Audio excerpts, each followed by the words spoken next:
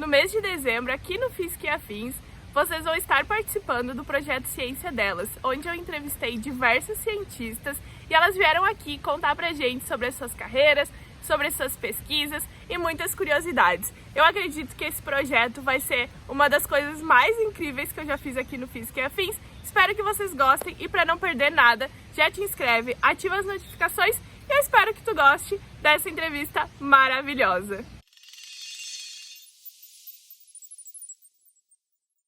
Core, tudo bom com vocês? Espero que vocês estejam muito bem. E hoje eu trouxe aqui as meninas cientistas do Japão, que elas também estão, cada uma individualmente, num vídeo do Projeto Ciência Delas, para responder as perguntas de vocês no Instagram. Então a gente trouxe a Lari, a Amanda e a Erika Sadako, que já veio várias vezes aqui.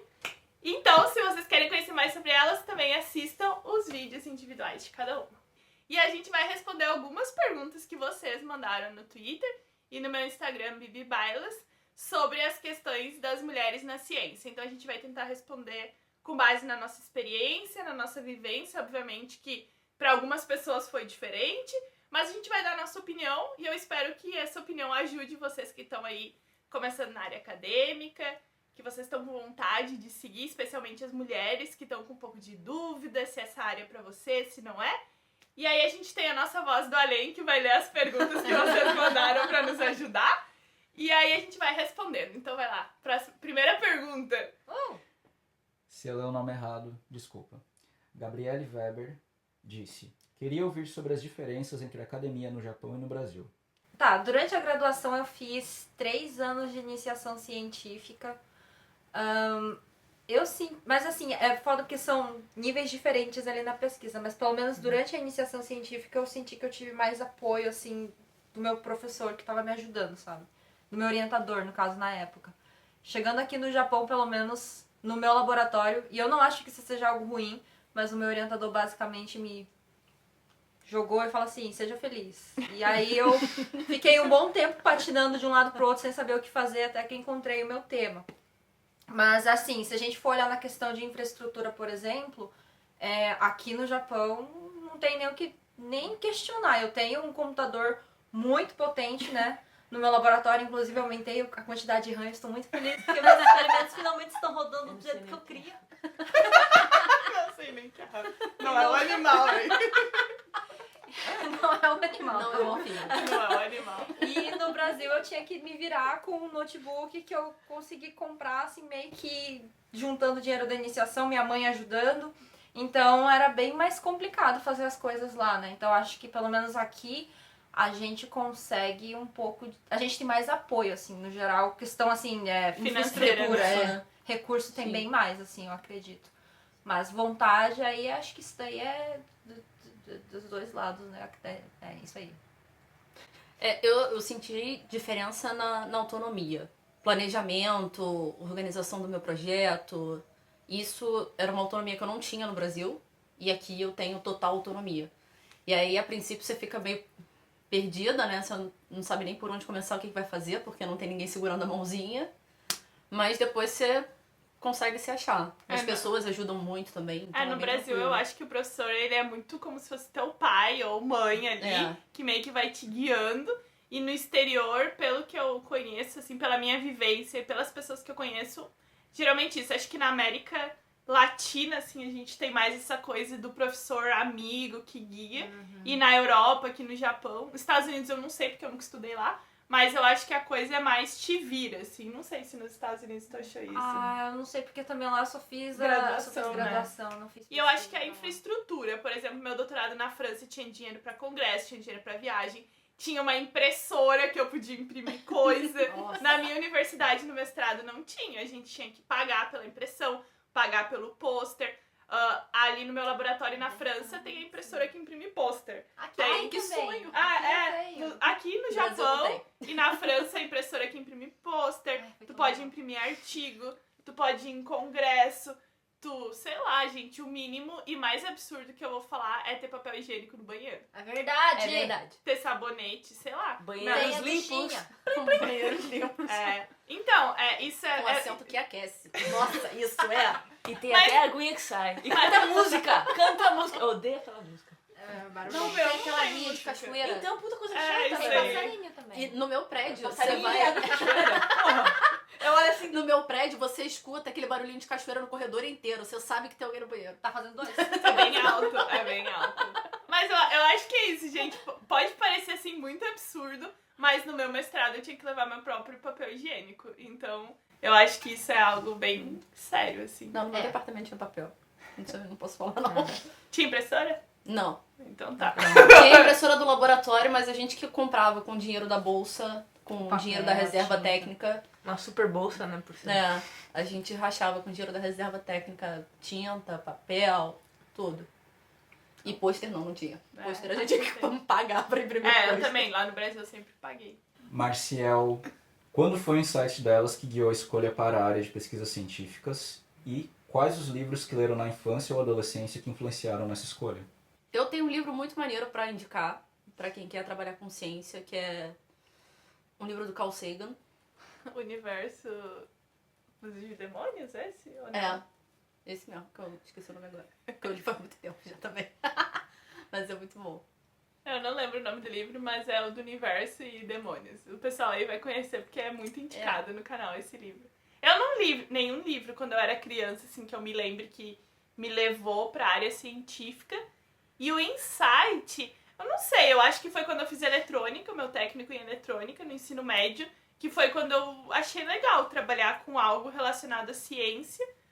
Eu nem sabia na época que era ciência, né? Eu só, tipo, fiz o técnico em eletrônica na minha época, aquelas bem velhas, falando a internet não era como é hoje, não tinha tanto acesso com facilidade, não tinha, por exemplo, celular, assim, com WhatsApp, essas coisas. Então eu acho que era uma coisa muito mais vai tentando e ver o que acontece. Então foi mais ou menos isso. É, meu insight foi quando eu entrei a primeira vez no laboratório, No mestrado, né? no mestrado. Né, meio... Meio que, ops, Já que estou legal. aqui dentro, já tô aqui dentro. Pra mim, eu acho que sempre fui muito introvertida, então eu sempre gostei de atividades que eu pudesse desenvolver uma parte intelectual, não sei porquê. Eu achava muito maneiro, talvez por conta do judô. Você sempre dizia que eu tinha que ser um exemplo em tudo que eu fazia, então eu queria ser super inteligente em tudo. Então eu nem via desenho, eu me proibia de ver desenho pra assistir Animal Planet. Que isso, tu não viu Dexter? Maravilhoso. Pra quem, não, pra quem quer Laboratório ser de cientista. Bigman. É, eu Dexter, assisti Animal Planet. azulzinho. Animal Planet sempre. E quando eu entrei, na verdade, em esporte, eu não tinha a menor pretensão de seguir a área acadêmica. Eu ficava, nossa, eu vou ficar na prática. Aí quando eu fui ver, me engoliu. Fagocitou. Me engoliu. E, na verdade, também a área acadêmica é uma área que te dá muita oportunidade, né? Não só para ter vindo aqui pro Japão, receber uma bolsa, poder estar morando, oportunidade depois, posteriormente, de fazer uma pós ou trabalhar aqui. Mas também porque se chegar um momento que você não quiser mais ficar na área acadêmica, você tem um puta do currículo. Então, né, por que não? Não é uma coisa que você perde. Óbvio que nada se perde, né? Mas, assim, a área acadêmica Agrega. agrega pra caramba, né? Independente de qual área você for seguir depois, vai acabar sendo bem importante. Sim. Aí eu também, na verdade, quando eu terminei a faculdade, apesar de ter feito 3 anos de iniciação científica, eu não tinha muita vontade de seguir para mestrado. Porque na época eu era muito focada na parte só de desenvolvimento. Então, meu estágio foi em desenvolvimento. E daí, quando eu comecei a trabalhar, eu trabalhei 1 ano entre a faculdade e o mestrado. E era um instituto de pesquisa e desenvolvimento. Na época eu estava só na parte de desenvolvimento. E eu percebi lá dentro que mesmo com desenvolvimento, se eu quisesse avançar dentro, se eu quisesse, por exemplo, seguir carreira lá, eles cobrariam um mestrado, um doutorado. E aí eu pensei, vou fazer. Só que fazer no Brasil me desanimou um pouquinho e foi quando eu corri atrás da bolsa. E eu consegui o MEXT. Foi...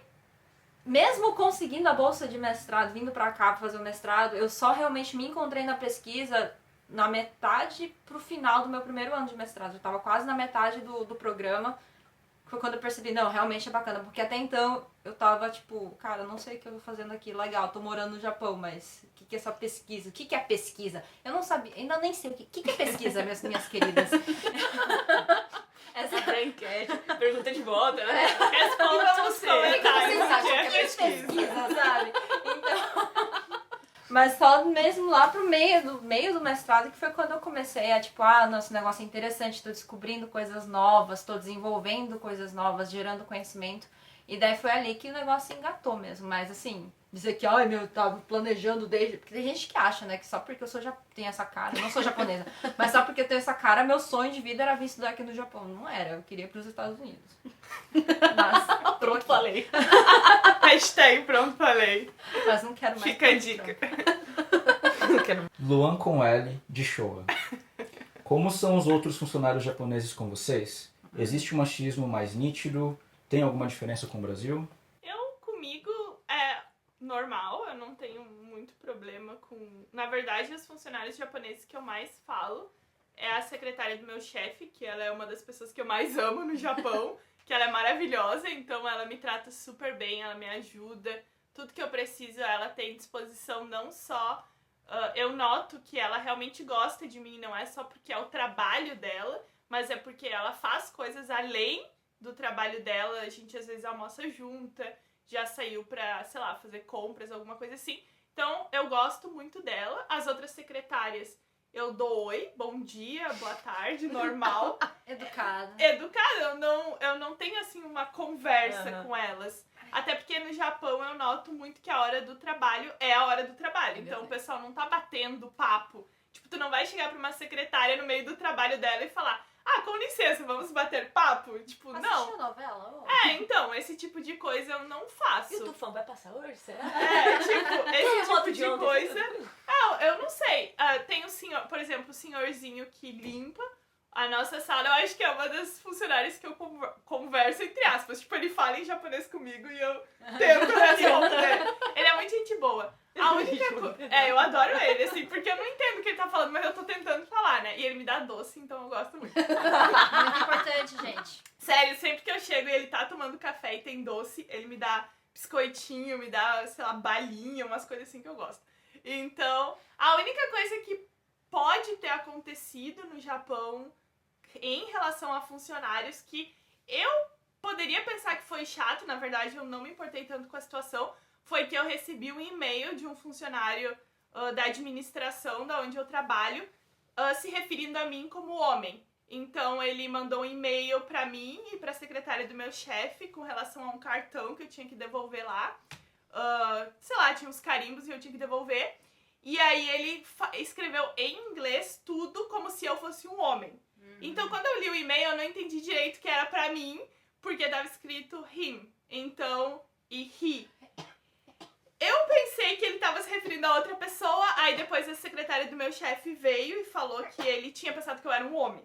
E aí ela ficou muito braba por isso, ela ligou lá e explicou que eu era uma mulher, ele ficou surpreso que eu era uma mulher, então isso pode demonstrar um certo desconhecimento, sexismo, porque ele assumiu que eu era um homem. Mesmo o meu nome sendo Gabriela, mas não é um nome comum no Japão.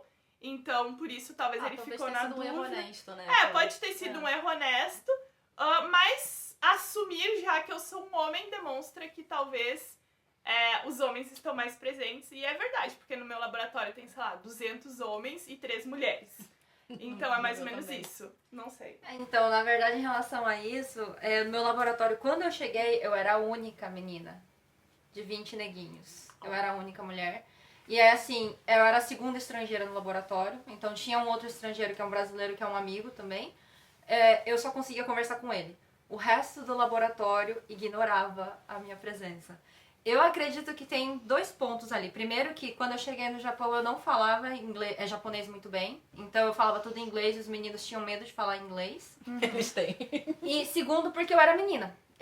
Era muito claro o nervosismo. Tipo, parecia até que eles nunca tinham interagido com uma mulher na vida, sabe? Pode ser que não. Isso no meu acontece. Porque, nossa, eu lembro claramente de um caso que eu tava tentando utilizar a impressora do laboratório, não tava conseguindo conectar, e eu pedi ajuda de um dos senpais. O garoto não sabia o que fazer. Eu falei, please, help.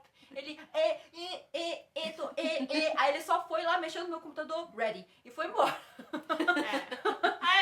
Com outras pessoas do laboratório, assim, outros estudantes, eu não falo. Eu falo só com as pessoas do meu grupo.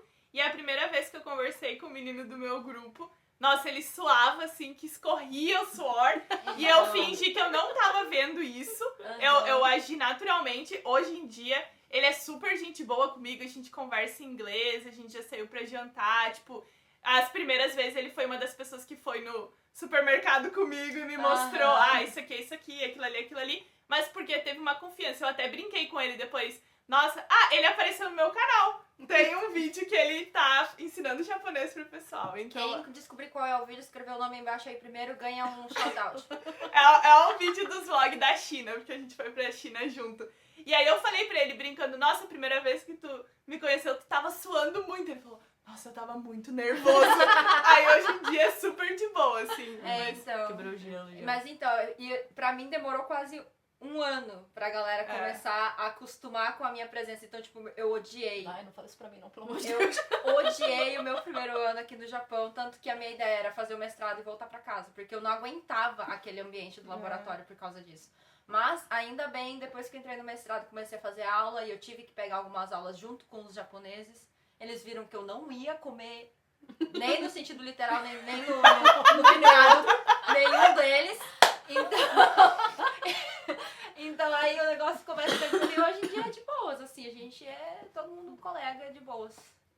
No meu laboratório foi o que falei no outro vídeo, me causou muita estranheza, porque no primeiro dia que eu cheguei no laboratório, a técnica do laboratório, que é japonesa, super me deu um abraço de boas-vindas, com um sorriso de orelha a orelha, falando, nossa, que bom que você chegou, não sei o quê, e super empolgada.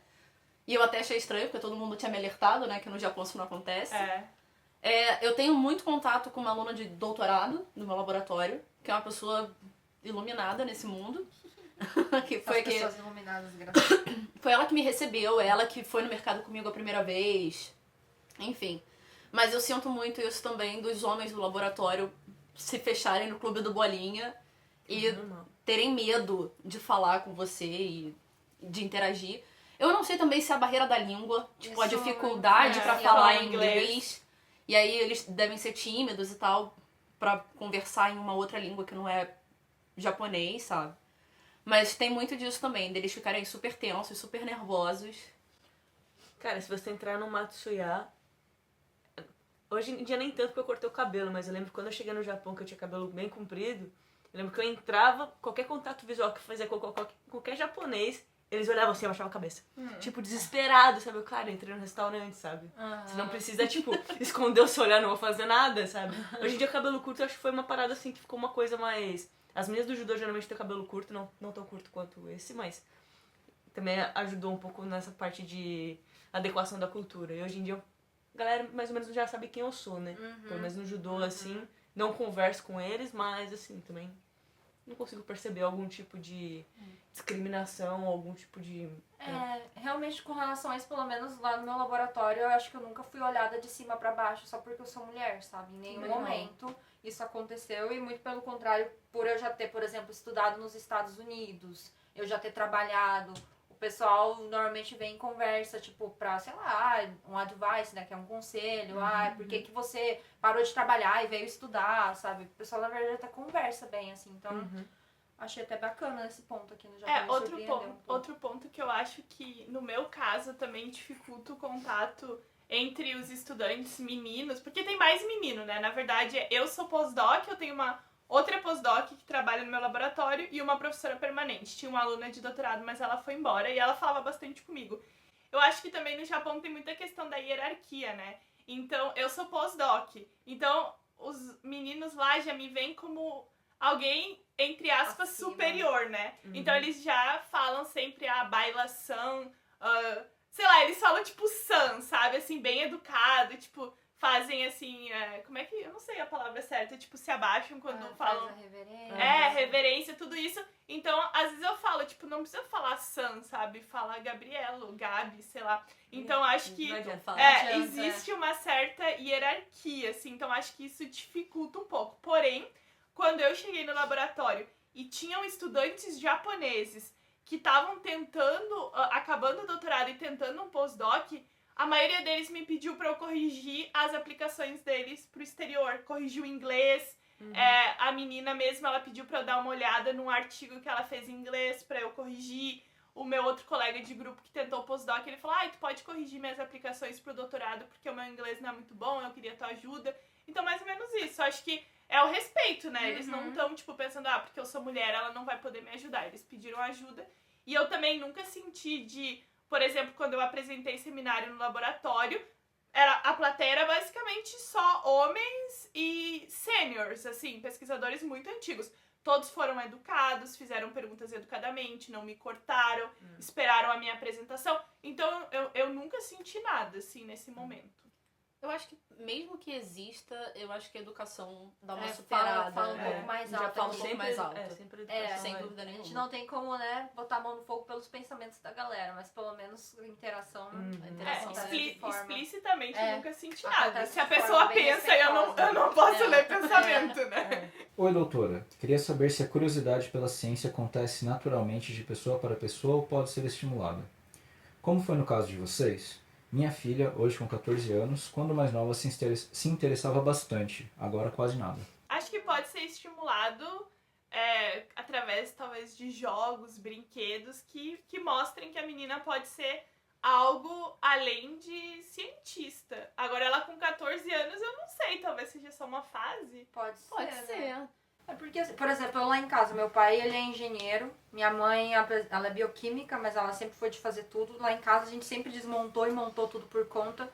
E meu pai nunca foi assim, não, chamou teu irmão pra fazer esse negócio aqui. Não, ele, Érica, tá livre? Tô, então vem aqui. E a gente começava a pesquisar as coisas, às vezes ele não sabia como é que tinha que conectar alguma coisa de um circuito, a gente olhava, ia fazendo, dependendo esse tipo de atividade com a família ajude também, né? Mas Minha mãe fazia muito isso comigo também, assim, tipo, eu não sei o que significa tal palavra. Ah, então você vai abrir o dicionário e você vai pesquisar o significado daquela palavra. E aí, isso começou a ser pra tudo na minha vida. Tipo, eu não sei determinado assunto. Então eu vou pesquisar determinado assunto até entender. Vou ler livro, vou em site na internet, vou dar um jeito. Sabe? Eu acho que pesquisa começa nessas pequenas coisas que você pode começar a estimular e depois... mas realmente aos 14 anos eu não sei como é que, se isso a gente tem como... Eu sempre falo quando tem filho, criança, filha especialmente, dar vários tipos de brinquedos. Por exemplo, livros que falem sobre outras mulheres cientistas. Porque existem pesquisas que mostram que a partir dos 6 anos as meninas começam a se desinteressar por esses temas. Por quê? Porque elas foram talvez estimuladas a brincar de casinha, brincar de boneca, princesa. Ou seja, não tem problema uma menina querer ser uma princesa, mas ela tem que saber que ela também pode ser uma cientista, uma engenheira, qualquer coisa que ela quiser, entendeu? E também a família não falar, isso é de menina, isso é de menino. terminar a Isso é caixinha. fabuloso. Sim. A minha mãe, quando eu era criança, olha o moço que ela vai criar, né? Ela não deixava que ninguém me desse coisa de casinha. Ou ela falava, não, mané fica fazendo coisa de limpeza, não sei o quê. Aí eu só ganhava dinossauro, né? Minha paixão era dinossauro e assistir Animal Planet. Mas não virou paleontóloga nem bióloga. Por incrível que pareça, né? Quase fui pra biologia, mas o esporte me segurou pro outro canto. Mas em casa, minha mãe sempre, né, meus pais sempre incentivaram tudo que eu queria fazer, né? Em questão de esporte e também de estudo. E a única coisa que a minha mãe falava é que ela não assinaria a minha prova se não fosse acima de 8. Então, ela sempre queria que eu tirasse notas altas, só que isso com o judô foi uma coisa muito natural. Depois eu quis virar o exemplo humanitário de tudo que eu fazia, o bom exemplo. Então, foi uma coisa mais natural, assim. Então, acho que é muito do incentivo também, o feedback que você tem em casa. Minha mãe fez universidade também, minha avó também trabalhou no período, né, que teoricamente poucas mulheres trabalharam, minha mãe foi professora. Então, tudo isso interfere bastante, né, os exemplos que você tem em casa. Eu sei que nas áreas de exatas o machismo é muito forte e é bem difícil lidar com isso, porque estamos em menor número nessas áreas. Mas como eu sei que irão mulheres da área de biológicas, essa pergunta é para elas. Bom, como foi para vocês lidar com isso? É mais velado? Vocês acham que a pressão é a mesma? Ou por ter uma quantidade de mulheres maior é um pouco mais leve? No Brasil, a maior parte das pessoas do meu departamento eram mulheres. Então, eu pelo menos não passei por nenhuma situação machista. A cobrança comigo e com colegas de trabalho era a mesma coisa. Eu ainda não tive nenhuma experiência ruim no Japão, espero não ter, mas mesmo sendo minoria aqui, também não passei por uma situação dessas. Em esporte é bem distribuído, na verdade, você vê, acho que um número muito similar de homens e mulheres cursando. Às vezes rola algum tipo de de preconceito em relação ao esporte feminino. Sempre tem aquela coisa, porque o esporte feminino aquilo ou isso, ou a mulher não consegue fazer determinada coisa. Eu nunca sofri isso aqui no Japão, mas eu escutei de uma colega minha, que ela tá fazendo mestrado, quando eu tava rolando rugby aqui no Japão, que ela... Eu comentei alguma coisa do Brasil, lembrei agora. Quando eu entrei na graduação, a galera do rugby queria que eu entrasse no time da EFE e obviamente não entrei porque eu sou do judô e jamais, né, enfim, trocaria uma coisa pela outra. E ela comentou surpresa, nossa, mas no Brasil as meninas também jogam rugby? E eu, E ela, é porque no rugby você tem que ser muito forte, eu acho que não dá pra mulher. E eu fiquei tipo, o quê? Tipo, a gente luta judô, a gente faz MMA e a gente vai competir entre mulheres, então... Por que que não daria... E tem muita mulher muito mais forte que homem, né? Não sei por que a galera tem essas ideias, mas enfim, segue o jogo.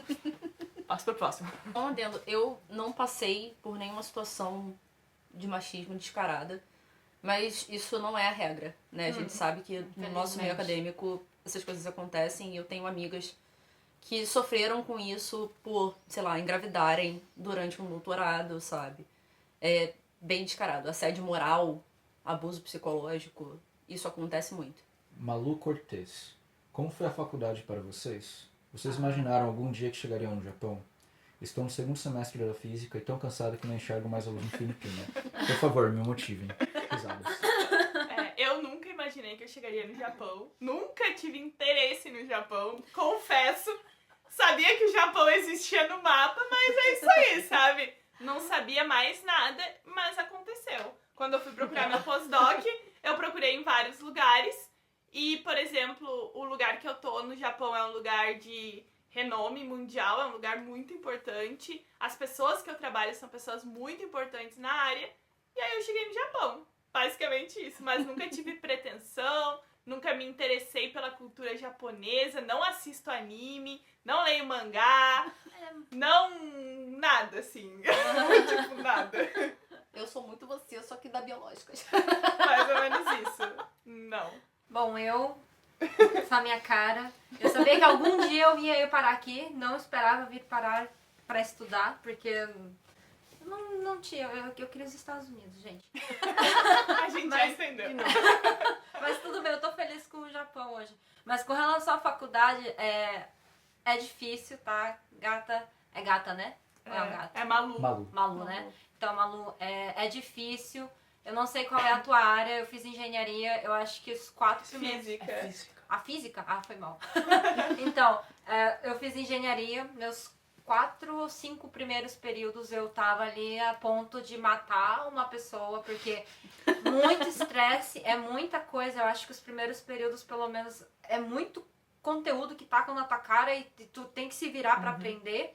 Mas se é realmente algo que tu gosta, tem que fazer o que a gente chama de gaman aqui no Japão, né? Tem que aguentar um pouquinho, tem que se esforçar e tu vai chegar lá. Mas se em algum momento tu achar que não também não tem problema tu trocar de área, tá bom? Então acho que não sei se isso vai te ajudar, te animar, mas todas nós já estivemos em algum momento assim. Eu já falei várias vezes que no meu primeiro ano em Portugal eu fiquei em recuperação em 10 matérias. E eu falei que eu só não fiquei em recuperação em mais porque não tinha como. Não deu! Eu bati final em todas as recuperações e foi isso. Acabei estudando, desesperadamente, passei, mas eu fiquei em 10 recuperações e é isso. Meu primeiro período na graduação também foi uma avalanche, assim, na minha cara. Eu reprovei quase tudo também. Deu uma surtada, deu uma desesperada. Mas é saber equilibrar, é saber que você tem que ter o seu momento pra estudar. Saber que tem tem que ter hora pra você dormir, sabe? Tem que funcionar. Né, Amanda? Tem que dormir, porque senão não aprende. A gente tenta. Pra mim, eu tenho certeza que na vida passada eu fui japonesa, né? A gente não tem dúvida de que alguma coisa no universo conspirou, porque eu gosto demais daqui, me identifico demais com o Japão, sempre sonhei em vir pra cá, sempre fui apaixonada pela cultura. Lógico que o judô me introduziu isso, antes eu nem sabia que existia Japão. Mas eu tinha 6 anos de idade, né? Então, qual a referência que eu tinha de mundo? Não tinha. E eu não sei exatamente. Na graduação na FIS eu tive alguns momentos que eu fiquei meio em dúvida se era isso mesmo que eu queria fazer e tudo mais. Às vezes eu não me encontrava muito na matéria.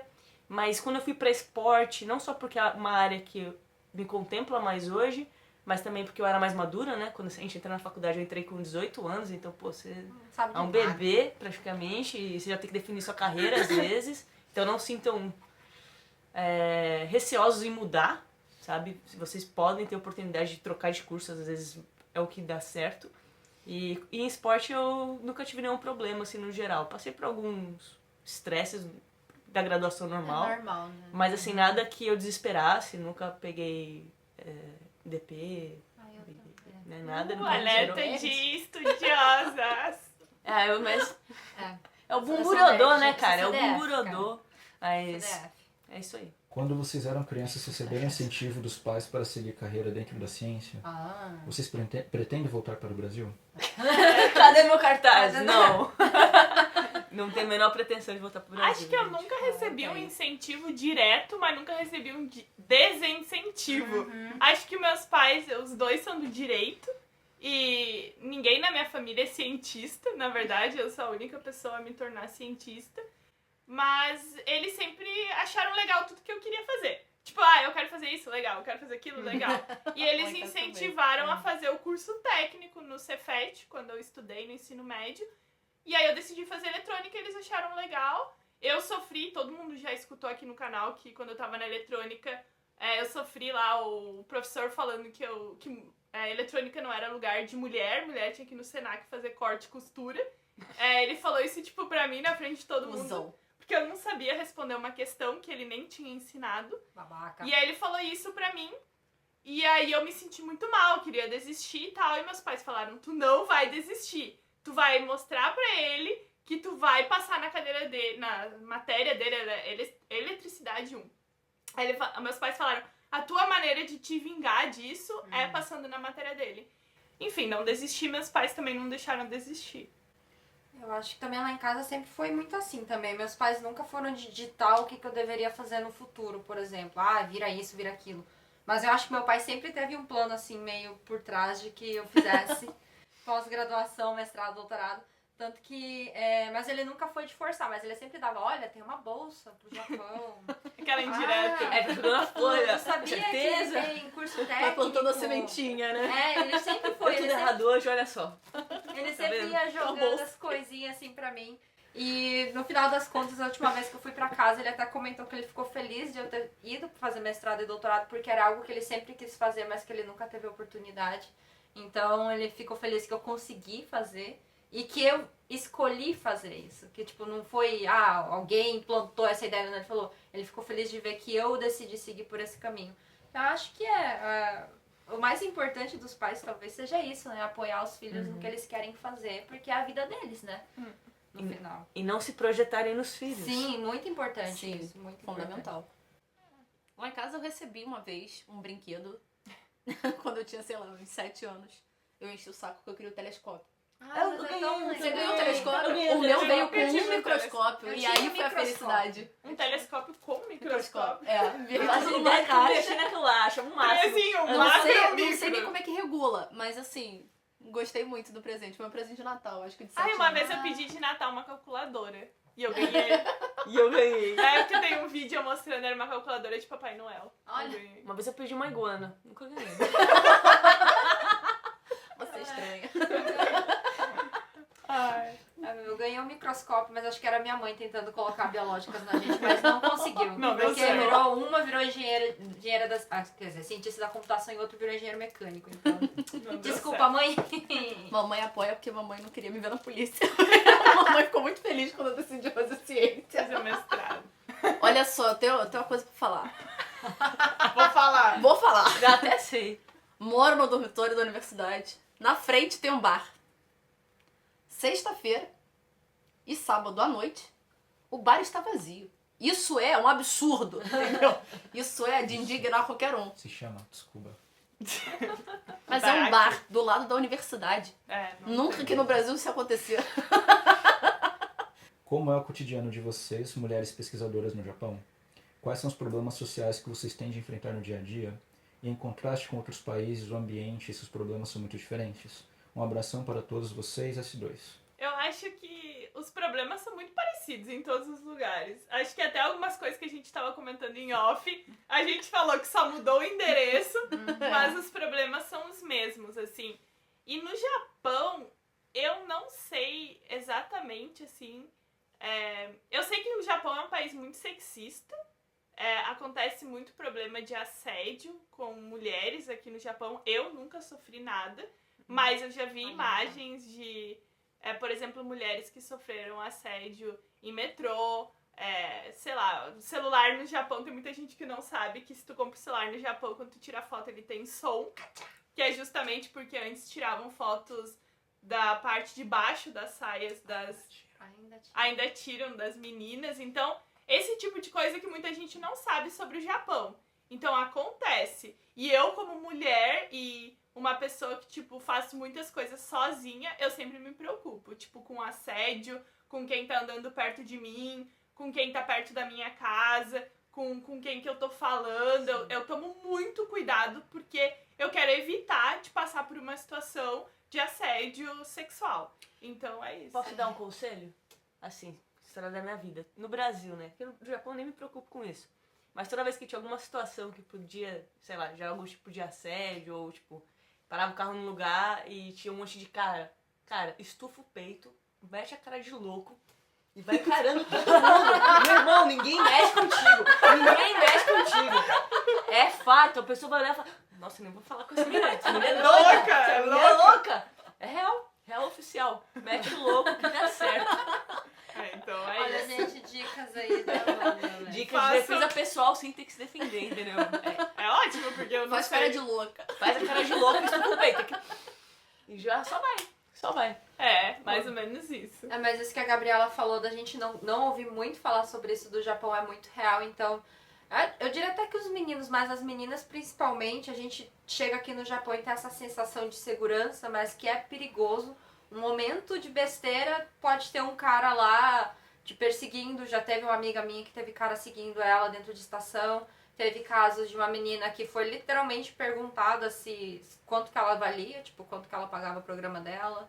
Então, assim, você tem que tomar muito cuidado, mesmo aqui, tá? Senão só ficar Fica a atento. dica, né? Tem que estar atento, você não pode dar mole. Só isso. Você não vira paranoica, mas presta atenção no que tá ligada. acontecendo em volta. Qualquer coisa, estufa o peito, cara de doido. É isso aí. Vem comigo.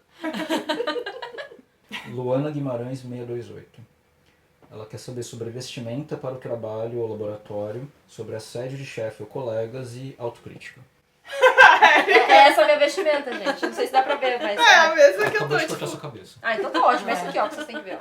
Essa é a minha vestimenta. moletom. Eu também, só uso moletom e só quando tem alguma conferência, alguma coisa mais formal, que eu uso um Isso. terno. Isso, Tipo, isso. aquele terninho básico do Japão. É terno, blazer, não sei diferenciar. Blazer. Mas dia a dia é calça jeans, tênis. Não, que calça jeans? Conforto, moletom, gente. Cara, calça de moletom aqui. Moletom é vida, ainda mais no inverno. É verdade. A única Bem coisa tranquilo. que eu já comentei, assim, que eu cuido um pouco, que é algo que eu preciso trabalhar em mim, é que eu acho que às vezes há alguns cientistas em conferências, alguma coisa assim, julgam um pouco quando tu vai muito maquiada, vai com a unha feita, grande, com muito brinco e tal. Muitas pessoas comentam algo do tipo, tá tendo tempo de te maquiar e não tá fazendo trabalho, tá?